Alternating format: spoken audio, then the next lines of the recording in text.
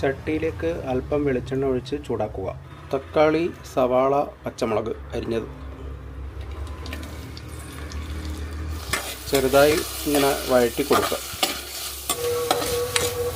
മഞ്ഞൾപ്പൊടി, മുളക് പൊടി, മല്ലിപ്പൊടി നന്നായി വഴറ്റുക.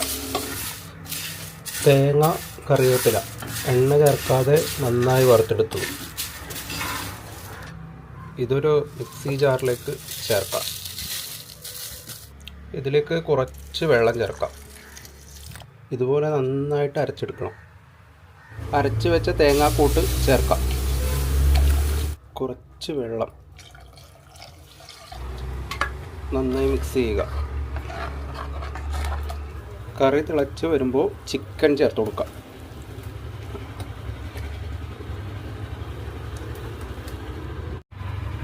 ഇഞ്ചി, വെളുത്തുള്ളി ചതച്ചത്, ആവശ്യത്തിന് ഉപ്പ്,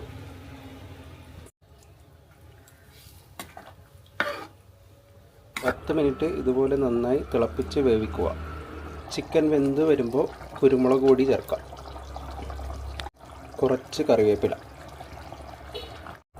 ഇളക്കി കൊടുക്കുക.